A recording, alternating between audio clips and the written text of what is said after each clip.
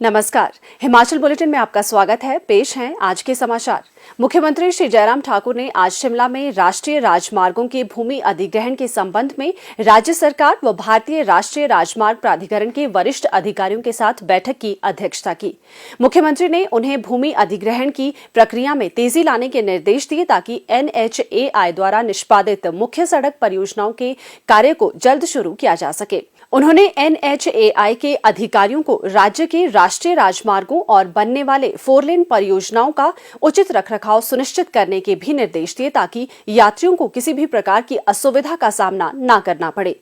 श्री जयराम ठाकुर ने कहा कि वर्तमान में राज्य में लगभग 40,000 किलोमीटर लंबी सड़कें हैं, परंतु पहाड़ी राज्य होने के कारण अभी और अधिक कार्य करने की आवश्यकता है। उन्होंने कहा कि गत 4 वर्षों में राज्य सरकार ने 321 गांवों को सड़क सुविधा उपलब्ध करवाई व 240 पुल निर्मित किए और 3,108 किलोमीटर सड़कों को जोड़ा गया है। उन्होंने कहा कि पहाड़ी राज्य होने के कारण सड़कें प्रदेश में परिवहन का एकमात्र साधन है।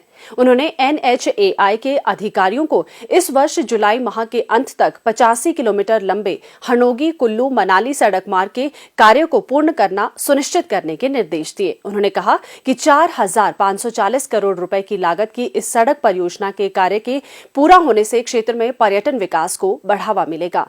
मुख्यमंत्री ने कहा कि वर्तमान में NHAI द्वारा 104 किलोमीटर परवाणु सोलन कैथली घाट शिमला बाईपास मार्ग, 226 किलोमीटर किरतपुर नेरचौक मंडी कुल्लू मनाली मार्ग, 223 किलोमीटर शिमला बिलासपुर हमीरपुर मटौर मार्ग तथा 17 किलोमीटर पिंजौर बद्दी नालागढ़ का कार्य क्रियान्वित किया जा रहा है।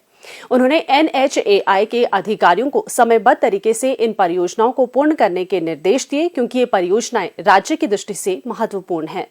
उन्होंने कहा कि इन परियोजनाओं के पूर्ण होने से 131 किलोमीटर की लंबाई तथा 11 घंटों की दूरी कम होगी।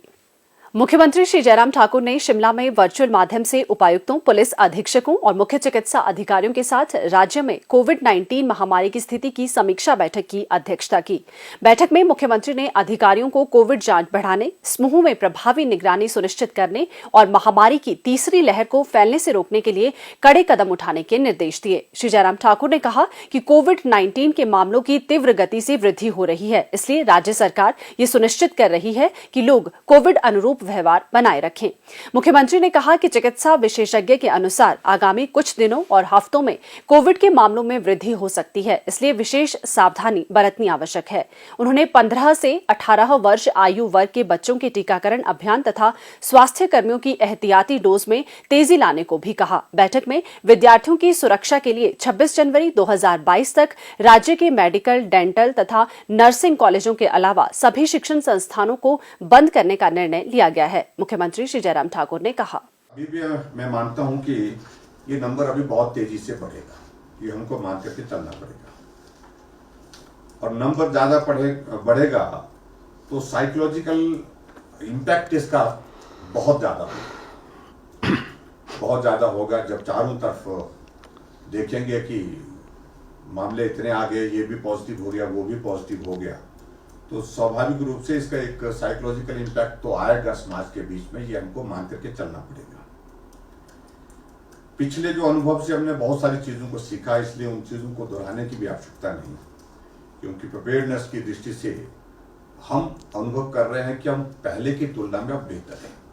जहां पिछली बार हमारे पास ऑक्सीजन की उपलब्धता उस कदर नहीं थी, अब की बार वो उपलब्धता हमारे पास है, इसलिए वो चिंता का विषय नहीं। लेकिन हमारी तैयारी नंबर के हिसाब से उसके लिए मुझे लगता है कि हमको ज्यादा फोकस होकर के काम करना पड़ेगा, क्योंकि अभी तक जो जानकारी के रूप में सब सारी बातें आ रही हैं उसमें यही बताया जा रहा है कि स्प्रेड बहुत फास्ट होगा, नंबर बहुत ज्यादा होगा एक्टिव केसेस का, लेकिन हॉस्पिटल में उनका नंबर ज्यादा पेशेंट का एडमिशन के रूप में नहीं होगा, ऐसा बताया जा रहा है। और हम मान करके भी चल रहे हैं। अभी हम देख रहे हैं कि हमारे पास 2150 मामले हैं, लेकिन हॉस्पिटल में हमारे पास मामले उतने ज्यादा नहीं है। तो ऐसी परिस्थिति में एक मोटे तौर पर एक अंदाजा हमारे सामने ये आ रहा है कि हमको ज्यादा फोकस करना पड़ेगा, जो डॉक्टर पठानिया जी भी हमारे सामने कह रहे थे, जो होम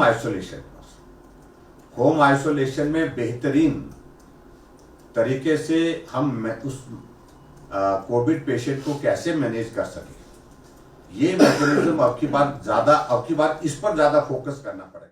स्वास्थ्य एवं परिवार कल्याण विभाग द्वारा दोपहर 2 बजे जारी बुलेटिन के अनुसार प्रदेश में कोरोना संक्रमण की जांच के लिए आज 1995 लोगों के सैंपल लिए गए, जिनमें से 247 लोगों की रिपोर्ट नेगेटिव पाई गई है, जबकि 1732 लोगों की रिपोर्ट आना बाकी है। अभी तक 40,71,079 लोगों की जांच की जा चुकी है, जिनमें से 38,38,348 सैंपल की जांच नेगेटिव पाई गई है। प्रदेश में कुल 2,30,947 लोगों में कोरोना वायरस के संक्रमण की पुष्टि हुई है, जिनमें से 2,24,873 लोग इस बीमारी से ठीक हो चुके हैं और 2,188 व्यक्ति उपचाराधीन हैं।